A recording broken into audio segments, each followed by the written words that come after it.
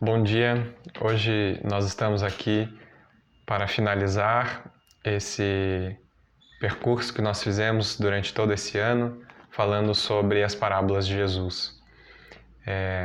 Durante todo esse ano nós falamos dessa forma online, pudemos apresentar as parábolas de Jesus e também aprender muito com as parábolas dele, com as suas palavras, com aquilo que ele nos ensina sobre a vida, sobre o seu amor, sobre o seu reino.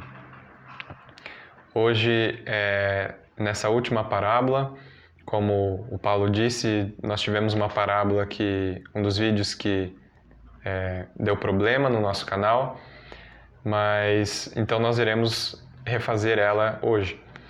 E corrigindo, como ele falou, é a parábola dos talentos que nós vamos falar hoje e estaremos encerrando então a exposição dessas parábolas. Então, a parábola, como eu falei, de hoje é a parábola dos talentos e ela se encontra lá no livro de Mateus, no capítulo 25, no versículo 14 em diante. Pegue a sua Bíblia, seu café e após o teaser nós iremos começar.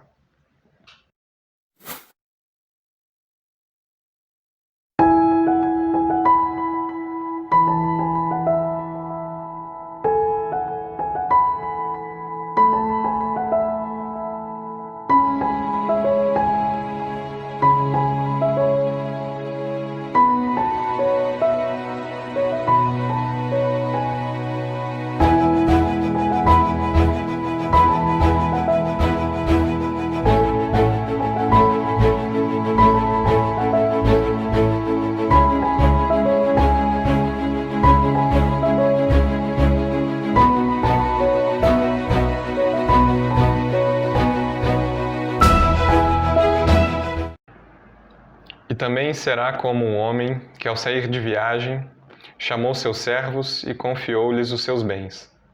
A um deu 5 talentos, a outro 2 e a outro 1, a cada um de acordo com a sua capacidade.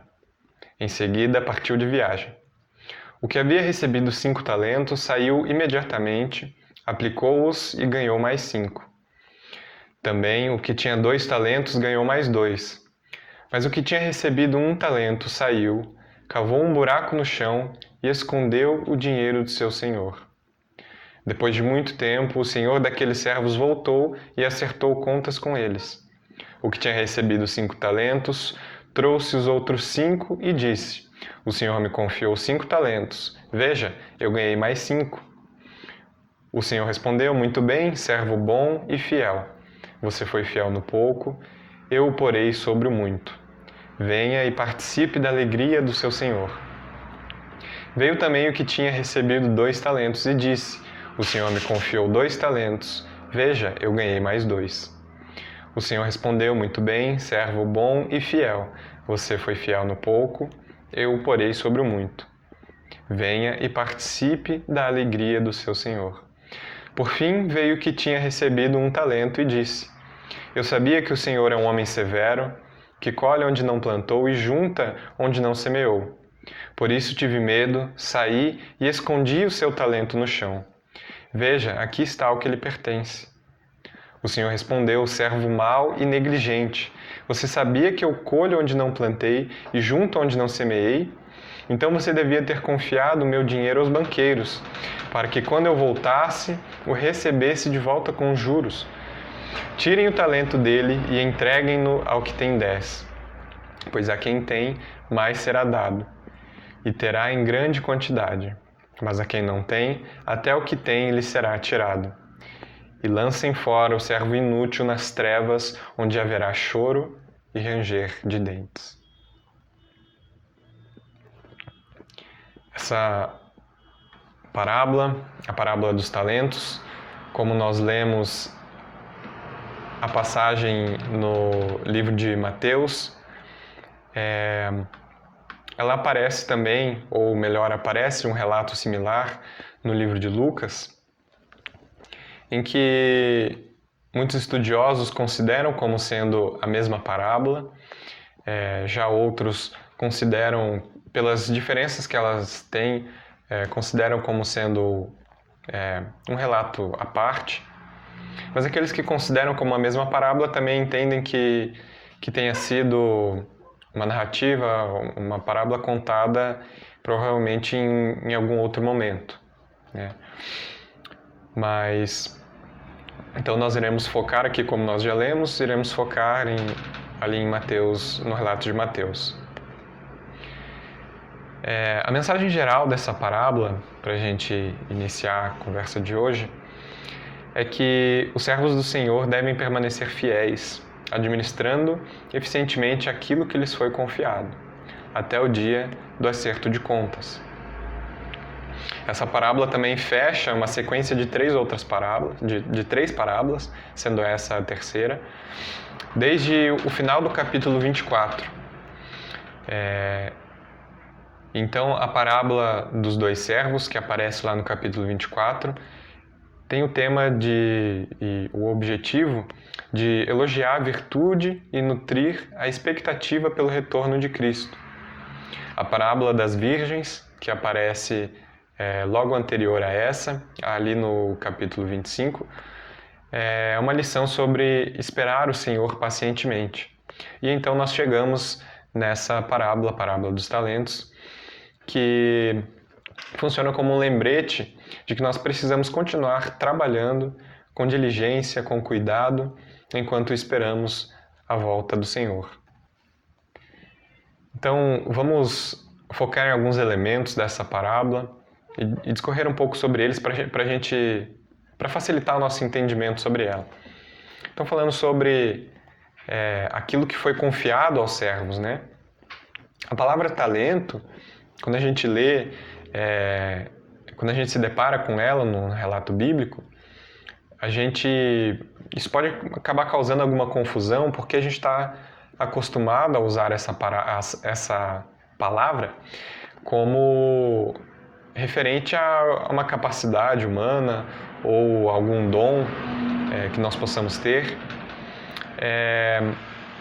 Mas nós sabemos que, como fica claro nessa parábola, né, como nós já lemos, esse talento não se refere especificamente a um dom, alguma capacidade, mas, na verdade, é uma medida de peso, né, utilizada para pesar metais, né, seja ouro ou prata, e portanto, significa uma quantia de dinheiro, né, uma quantia, um valor ali de dinheiro. E quanto a isso, há uma certa discordância entre alguns estudiosos quanto ao valor exato dessa quantia né, a discordância varia entre 1 e 20 anos de trabalho, né, cada talento. Mas saber o valor exato para a gente aqui não faz muita diferença, porque, em primeiro lugar, porque nas parábolas de Jesus é comum o uso da hipérbole, ou seja, do exagero. Então, quando fala de um valor, o que nós precisamos saber é que está falando de um valor alto, né? E mesmo se seja 1 ano ou 20 anos de trabalho, isso nos remete a um valor muito alto, né? Então, um talento já significa um valor alto, e é isso que a gente precisa ter em mente ao pensar, né? Ao pensar e refletir sobre essa parábola. Então, um senhor, né, de muitas posses, ele chega, chama os seus servos e distribui esses valores muito altos, né, então esses talentos, aos seus servos, a quem ele conhecia muito bem, né? A parábola vai dizer que ele conhecia bem os seus servos. Então, de acordo com a característica de cada um, ele entrega esses valores a eles e parte em viagem. E esse senhor esperava que esses servos administrassem esse valor, administrassem esses talentos, né, essa quantia em dinheiro, enquanto ele estava fora, para que, ao voltar, ele pudesse receber, né, os lucros obtidos e pudesse recompensar os seus servos que trabalharam para ele durante esse tempo. Então, como já falei, esses talentos representam, acima de qualquer coisa, um valor.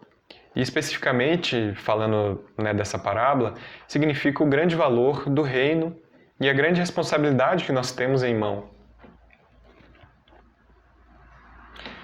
Falando sobre aqueles 2 servos que administraram bem os talentos do seu senhor, então, ao voltar, o senhor chama eles para fazer o acerto de contas. E esse acerto de contas é algo recorrente nas parábolas. Como eu já falei, seguindo essa sequência dessas 3 parábolas que falam a respeito do momento de ausência do Senhor, ou como na parábola das virgens, do noivo. Então ele volta, né? E aqui nessa figura de um senhor que volta para um acerto de contas. Então, nesse acerto de contas, os servos deveriam mostrar aquilo que eles fizeram, deveriam apresentar como que eles administraram aquilo que lhes foi confiado. Então, esses 2 servos, igualmente, eles fizeram render aquilo que eles haviam recebido. Ambos dobraram a quantia que o Senhor lhes havia dado. Um havia 5 e conseguiu mais 5, o outro 2 e então conseguiu mais 2. E é interessante que o Senhor elogia os 2 pelo excelente trabalho e chama os 2 de servo bom e fiel, cada um dos 2. Em terceiro lugar, ele coloca cada um desses 2 sobre maiores responsabilidades, né? E em seguida, então, os 2 foram igualmente convidados a se assentar à mesa do Senhor e celebrar com ele o resultado obtido, né? Participar da alegria do seu Senhor. Então, nós vemos aqui que não há diferença, porque nós podemos talvez até pensar, bom, mas o Senhor deu 5, ao outro deu 2 e ao outro 1, então há alguma diferença ali, mas nós percebemos que a recompensa para aqueles 2 não diz respeito ou não faz diferença o quanto eles receberam, mas os 2 ali recebem a mesma recompensa, recebem o mesmo convite de se assentar à mesa e participar da alegria, né? E essa figura de sentar à mesa, como nós já falamos em outras ocasiões, aqui especialmente parece dar uma ideia de igualdade e principalmente de honra. Então, aquele servo que fez diferente dos outros, ele também é chamado para o acerto de contas, mas o Senhor aqui ele não pode elogiar esse servo, porque ele não fez aquilo que era esperado, ele não fez aquilo que era bom para o seu Senhor. De outro modo, então, ele resolve esconder aquela quantia, aquele 1 talento que ele recebeu, enterrando, como era uma prática comum naquela época, para manter algo de valor em segurança. Nós vemos essa prática também em outras parábolas, né? Mas então ele enterra aquilo que era do seu senhor e simplesmente deixa ali até que o Senhor volte e ele se apresente de novo, né? Mas o que nós vemos aqui, apesar de parecer que ele estava simplesmente prezando pela segurança daquilo que era de valor para o seu Senhor, na verdade ele simplesmente está fugindo daquilo que era para ele fazer. Porque fazer aquela quantia render demandaria trabalho, assim como os outros fizeram. A passagem nos diz que eles saíram imediatamente e trabalharam e aplicaram aqueles talentos para que eles pudessem render. Esse aqui não quis ir atrás, não quis trabalhar, simplesmente se acomodou e deixou aquele talento,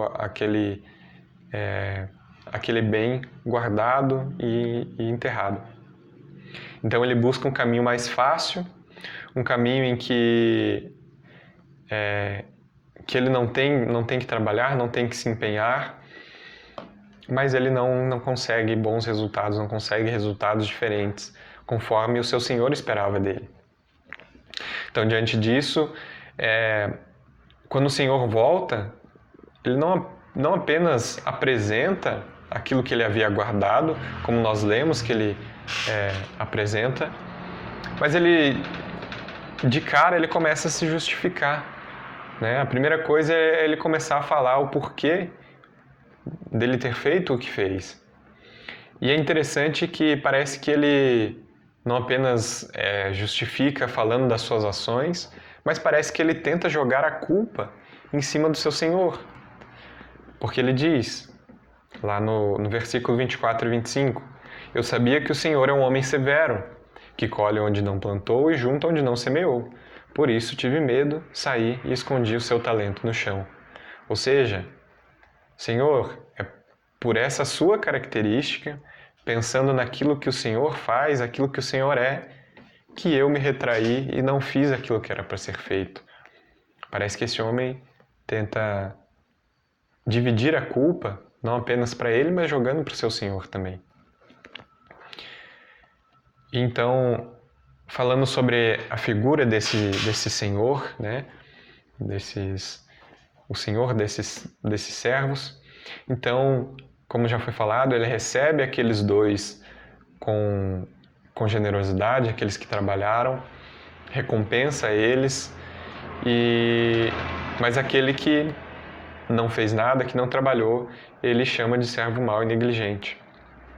Então, não apenas isso, mas ele usa as próprias palavras desse terceiro servo para julgá-lo, dizendo ali no 26 e no 27, você sabia que eu colho onde não plantei e junto onde não semeei, então você devia ter confiado meu dinheiro aos banqueiros. Já que você sabia disso, já que era isso que você tinha em mente, então você deveria ter feito outra coisa. Ao invés de ter escondido, é aí então que você deveria ter entregado esse talento aos bancos, para que então tivesse algum retorno. Justamente nas palavras dele que ele recebe a sua condenação. E isso mostra justamente que a motivação desse servo não era o medo do seu senhor. Até porque, se fosse simplesmente o medo, ele faria aquilo que o senhor falou de entregar o talento ao banco. Mas, na verdade, ele faz o que ele fez, ele enterra aquele talento por pura preguiça e por falta de cuidado, falta de respeito por aquilo que era do seu senhor.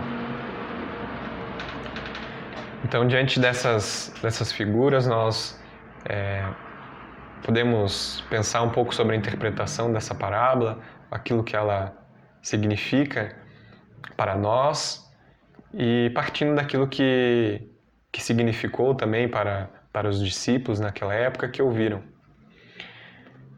Em primeiro lugar, os discípulos, né, naquela época, os primeiros ouvintes dessa parábola, poderiam entender esse servo mau como os judeus, a quem Deus primeiro entregou a palavra, a quem Deus primeiro entregou os mandamentos. E não apenas isso, mas nós podemos voltar um pouco lá em Adão para entender toda essa narrativa. Porque desde Adão, Deus outorgou à humanidade o dever de sermos representantes de Deus na Terra. E é justamente isso que significa ser a imagem e semelhança de Deus. Sermos aqueles que refletem a sua bondade e o seu domínio sobre a criação. Então, como nós sabemos, Adão falha com esse dever que ele tinha perante Deus, de ser o representante de Deus, de dominar sobre a terra. E o mundo então cai em pecado, como nós bem sabemos. Após isso, então Deus escolhe um povo, ele separa um povo para fazer cumprir aquilo que ele já tinha ordenado a Adão, para fazer cumprir o dever de ser representante de Deus e dominar, né, sobre a natureza e então refletir a bondade de Deus em toda a terra. Por isso Deus chama o povo judeu, e para que eles pudessem então transmitir a vontade de Deus, transmitir a lei de Deus para todas as nações agora, né, num mundo em pecado. Mas eles deveriam então ser o povo que leva a mensagem de Deus, leva a lei a todas as nações. Os judeus deveriam ser, então, um exemplo e representantes de Deus, para que todas as nações conhecessem o Senhor. Mas, ao invés disso, eles preferem enterrar aquilo que lhes foi dado. Ao invés de exercer de misericórdia, como Deus é misericordioso com os pobres, eles preferiram deixar em sua miséria. Ao invés de demonstrarem o perdão, assim como Deus perdoa os imorais, eles preferiram excluí-los da convivência. Ao invés de anunciar o Senhor às nações, eles preferiram esconder a verdade e nutrir o seu próprio orgulho, como aqueles que possuem a lei, mas não compartilham com os outros, não levam para as outras nações. E isso então nós vemos claramente na atitude dos fariseus na época de Jesus, em que eles enterram, eles escondem aquilo que lhes foi dado e simplesmente esperam se apresentar diante de Deus como aqueles que guardaram a lei. Mas a lei nunca foi para ser escondida. Ela nunca foi para ser exclusiva deles, mas para ser levada aos outros povos. E isso eles não fizeram. Assim, então, nós não precisamos alegorizar os talentos de maneira a encaixar aquilo que a palavra em si nos remete, ou seja, dons ou capacidades que nós temos, porque essa parábola não trata do uso das nossas capacidades como foco. E isso a gente pode entender vendo sobre a lei do aumento, né, falada naquele provérbio de Jesus, ali no versículo 29. Pois a quem tem, mais será dado, e terá em grande quantidade. Mas a quem não tem, até o que tem lhe será tirado. Isso não está falando das capacidades humanas, daquilo que nós podemos fazer, nesse sentido de talento. Mas está falando ao uso que nós fazemos da mensagem do reino. Ainda que nós tenhamos diferentes responsabilidades ao anunciar o Evangelho, uma vez que Deus dá diferentes ministérios a cada um, como diz lá em Efésios 4, no versículo 11, ele designou alguns para apóstolos, outros para profetas, outros para evangelistas e outros para pastores e mestres. Ainda que tenhamos funções diferentes no reino, todos receberam o Evangelho e a ordem de anunciá-lo. Então, diante de tudo isso, nós temos algumas aplicações práticas que você precisa levar para a sua vida, que você precisa entender e praticar a partir de hoje. Como diz a canção da banda Palavra Antiga, mesmo sem saber como tu dirás, dentro de mim reinará a tua paz, que me faz saber, esperar em ti é sempre caminhar. Como fica claro pela sequência das parábolas, até que o Senhor retorne, Ele não espera que nós fiquemos inertes, simplesmente esperando, mas que nós tenhamos expectativa pela sua volta, que estejamos atentos e que trabalhemos com fidelidade naquilo que Ele nos deixou durante esse tempo, como responsáveis por isso. Então, não saber o dia da volta do Senhor não deve fazer com que a gente relaxe com aquilo que nós temos em mãos, mas deve nos levar a ter expectativa pela sua vinda. Estarmos vigilantes e estarmos continuamente trabalhando com o avanço do reino. Assim também vocês precisam estar preparados, porque o Filho do Homem virá numa hora em que vocês menos esperam. como está lá em Mateus 24, 44. Então, diante disso, permaneça atento, espere e trabalhe fielmente. Ainda que nós não utilizemos a alegoria dos talentos enquanto capacidades pessoais para compreender essa parábola, anunciar o Evangelho não exclui o uso das nossas habilidades, o uso das nossas características peculiares. O Senhor deu os talentos a esses servos de acordo com a capacidade e a característica de cada um. Então, se nós falarmos de talentos enquanto dons ou capacidades dentro dessa parábola, nós temos que enxergá-los quando o Senhor fala que conhecia os seus servos e entrega então de acordo com as suas capacidades. Essas seriam então as habilidades de cada um desses servos. Por isso, os nossos talentos enquanto dons, eles aparecem sim nessa parábola, e isso nos remete a que os nossas capacidades, nossos talentos pessoais devem sim ser utilizados em favor do avanço do reino de Deus. E o nosso Senhor conhece muito bem quais são as nossas características, quais são os nossos talentos, aquilo que nós sabemos fazer muito bem. Se o servo mau que não aplicou o dinheiro do Senhor, mas o enterrou, pode ser entendido como os judeus que esconderam a palavra, esconderam a lei e não levaram às outras nações. Em nossos dias, nós precisamos ter o cuidado para que isso não venha se aplicar a nós também. Porque o Espírito nos capacita a anunciar o Evangelho, para que nós possamos ser guiados pelo Espírito, entendendo que isso envolve sermos ativos com aquilo que nós temos em mãos, não para esconder o que foi revelado em Cristo, mas para anunciar as boas novas do Senhor nessa terra enquanto esperamos a sua vinda. Então, que nós façamos diferente do que foi feito pelos fariseus, não guardemos a mensagem de Jesus, não guardemos o Evangelho para nutrir o nosso próprio orgulho, mas que venhamos entender que a ordem é para que levemos a todas as pessoas.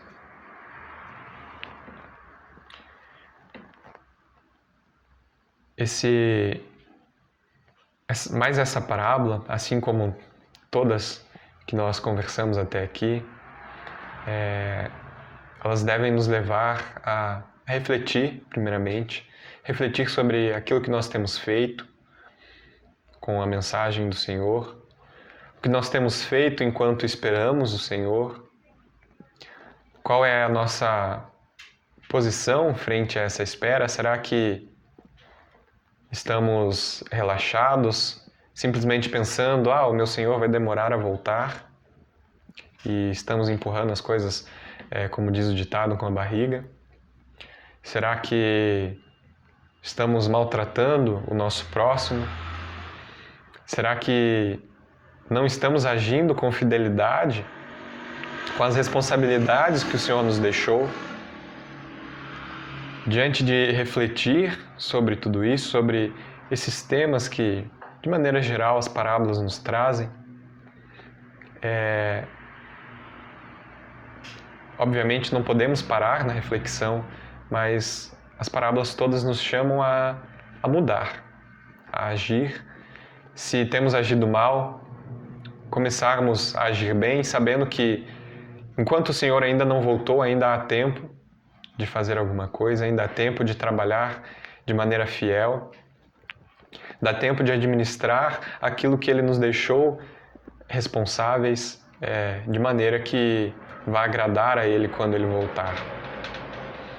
Então as parábolas nos desafiam a ações práticas, a agirmos no nosso contexto, seja administrando os nossos bens, seja no manejo da própria mensagem do Evangelho, seja no trato com os nossos irmãos, o nosso próximo, tanto aqueles que estão na nossa comunidade de fé, quanto aqueles que não estão.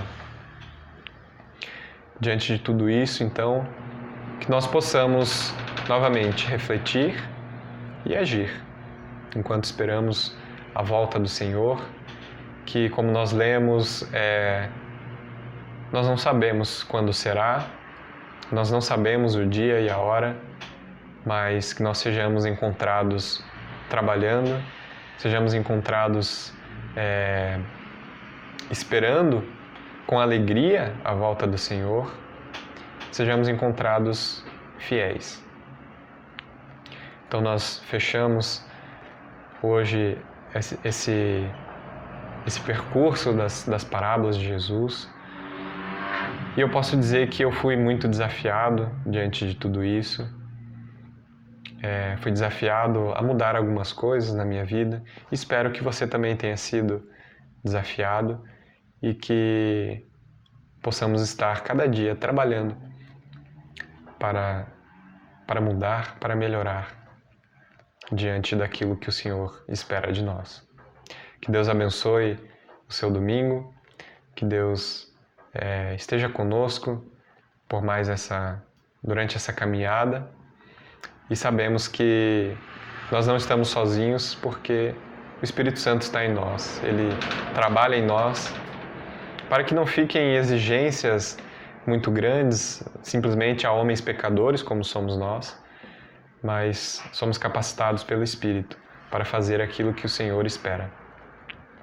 Vamos orar.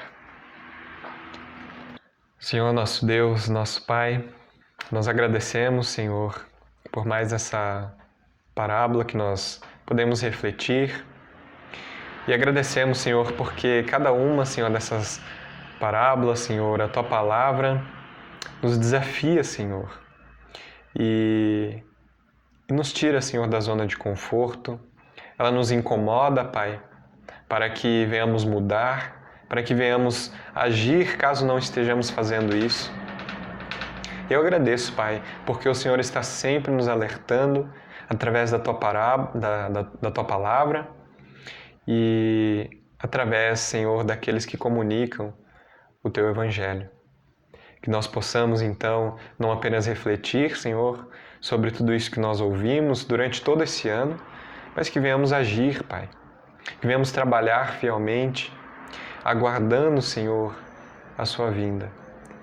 E que, de fato, Senhor, possamos ser encontrados, tendo trabalhado, Senhor, ser encontrados fiéis e atentos, Pai. Que nós possamos, cada dia mais, ser desafiados, Pai, por essas parábolas, Senhor, pela Tua Palavra. Daqui para frente, Senhor, em outros temas, possamos continuar aprendendo, Senhor, e crescendo em conhecimento e atitude, Senhor. Muito obrigado, Senhor, por todos aqueles que comunicaram essas mensagens durante todo esse tempo, e nos capacita, Senhor, por meio do Teu Espírito Santo, que é a única maneira, Pai, para que nós possamos fazer aquilo que o Senhor espera de nós. Uma vez que somos pecadores, uma vez que somos falhos, somente pela capacitação do Teu Espírito que nós conseguimos, Pai, caminhar enquanto esperamos. É em nome do Senhor Jesus que eu oro. Amém.